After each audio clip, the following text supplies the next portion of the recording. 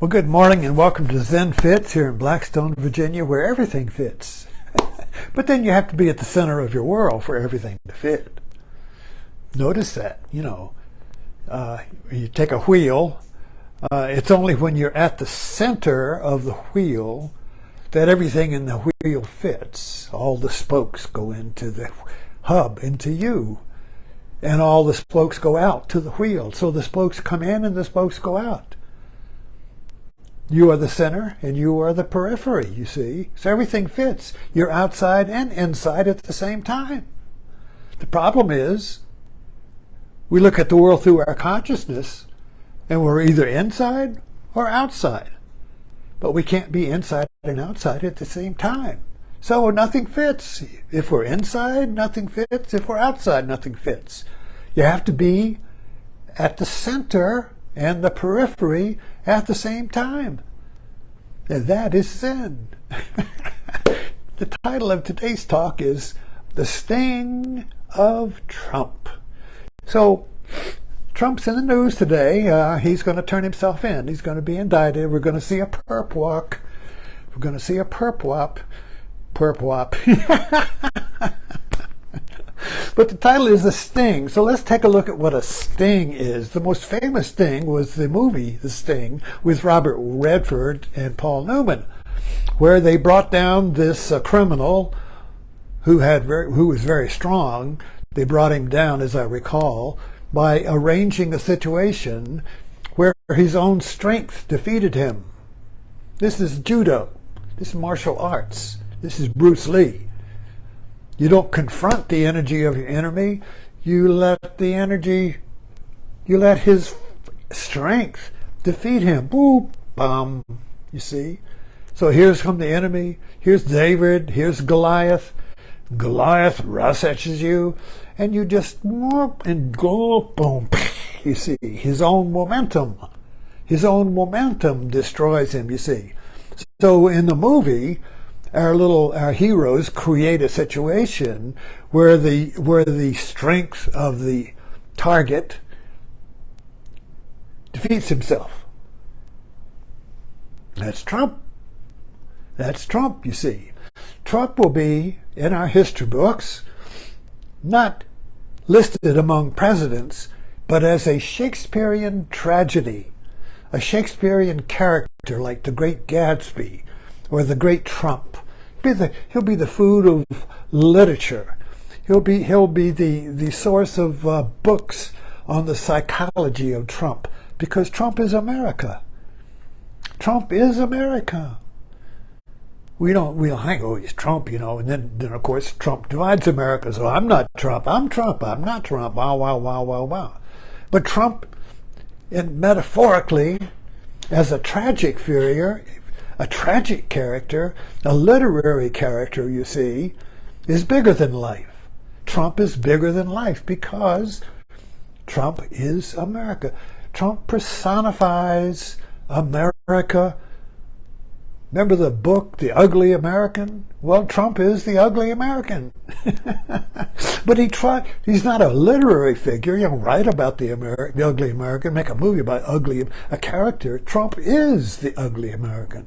Trump is us. We are Trump, you see. And that's literature. It's not science, it's literature.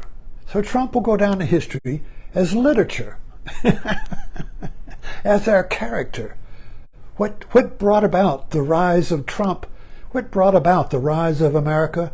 And what brings about America's fall or our stumble? It's our strength. This is the rule of all tragic characters. It's their flaw that brings them down. Tax evasion brought down Capone. Nobody could touch Capone, but he just didn't pay his taxes. So what's bringing down Trump? He hushed up a porn star. How ironic. How ironic, you see. Of course, now we're going to see a domino effect of once the first one breaks, the other indictments will come because, well, the ice has been broken. It's okay to indict a president. It's okay to indict it. So the others will follow. And you'll see the great Gatsby, the great Trump Tower, coming down like the Twin Towers. No, it can't happen. What's going on? The Trump Tower can't come down. But then brought down by his own flaw. And this is Zen. This is Buddhism, you know, in the sense that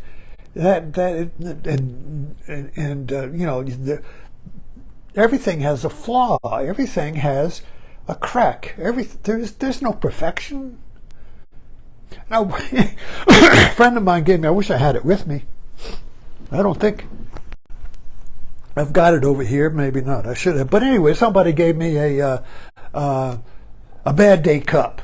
And it was a cup they bought in a craft show with a big dent in it. And it said on it, "Bad Day Cup." And I thought that was neat. So my wife has a potter, a friend who's a potter. She said, "Can you make me a bad day cup?" And this potter, whose whole life has been on making perfect cups, said, this was the hardest thing to do. I could not do it. I couldn't make a bad cup. I couldn't make a cup with a flaw, because her whole art was making perfect cups. You know, you can't make something with a flaw in it. That just goes against the grain, you see. Yet life has a flaw. Life is flawed. You know, life builds in the flaw.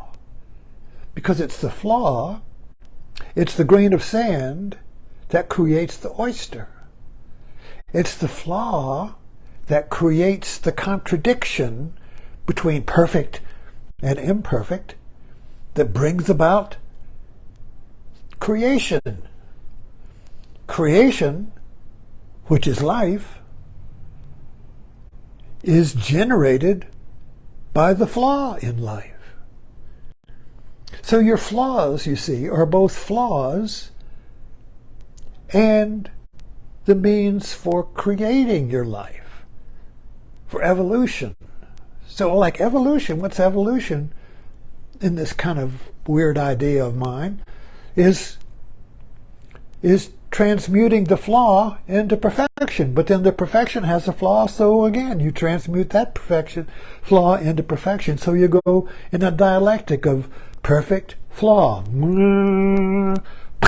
a new idea. And that divides into perfect and flaw. And rub, irritation, rub. What's the new idea? How can we get out of this rub? And new idea. So this is dialectic. Hegel created a whole philosophy out of it. Oh, the thesis, the antithesis generates a new thesis, and then that divides in you see. So anyway, I hope I'm riffing here. But we're trying to get back to the sting of Trump, where Trump's flaw brings him down. Trump's flaw brings down the Trump Tower. In the same way that the boxcutters brought down the great Twin Towers, you see. It wasn't an army, it wasn't an invasion, it was the boxcutters. If you remember, the terrorists got on the planes carrying box cutters, because what can you do with a box cutter? Just a box cutter. You can't bring down America with a box cutter. That's hubris.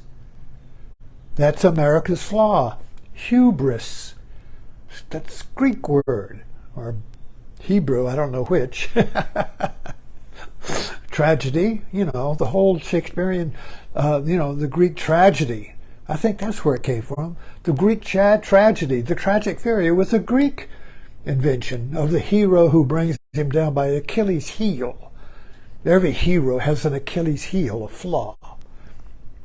It makes him great, and it brings him down. They're opposite. They're a pair of opposites. The flaw is the greatness is the flaw. And this is kind of like, this is Zen too, in the sense that you're at that point where they're different, but they can't be separated. that just like with Zen, all the Zen koans are little dramas that juxtapose the strength and the flaw together in a little drama. A monk and a master. A monk is the flaw. The master is the perfection. And they kind of go round and around and around. And when you go into it and inhabit it, it arouses the flaw in you, and you explode into Kenshaw or awakening or a new idea or a new wholeness, a dynamic wholeness, a dynamic unity grows out of the conflict between perfection and imperfection, the perfect cup and the flawed cup.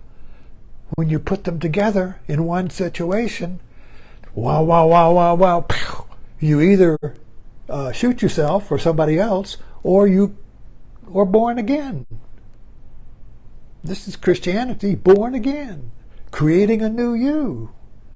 The problem is Christianity says, well, you do that after death. Or you do it when you join the church, you see. So you're born again by joining the church, but then the church has a flaw. So everything that's created has a flaw in it. They call it the trickster, you see. The flaw. Something's left out. Something doesn't quite fit. It's discarded. It's put aside, you see. But it's always there in the perfection. So the sting of Trump is a great story for us.